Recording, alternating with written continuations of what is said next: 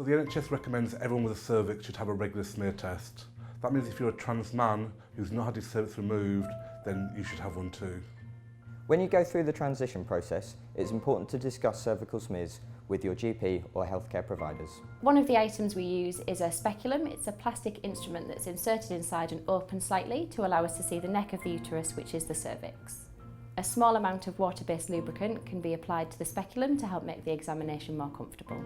A plastic device called a cervix broom is used to remove a small number of cells from the cervix. This is then placed into the sampling pot to be taken away for investigation.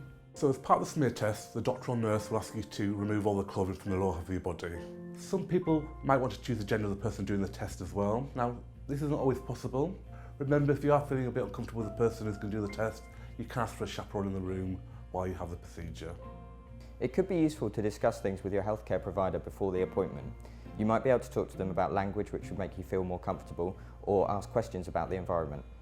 If your test is normal, there's nothing for them to worry about. You'll just be invited back for your next smear test done either 3 or 5 years depending on your age. If there's abnormal tests, they may just want to monitor you, so bring you back in 6 months or a year to do the test again.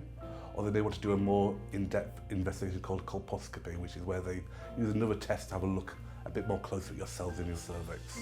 Trans men who are registered as male at their GP practice may not be automatically called for screening, so you might want to discuss this with your GP as well.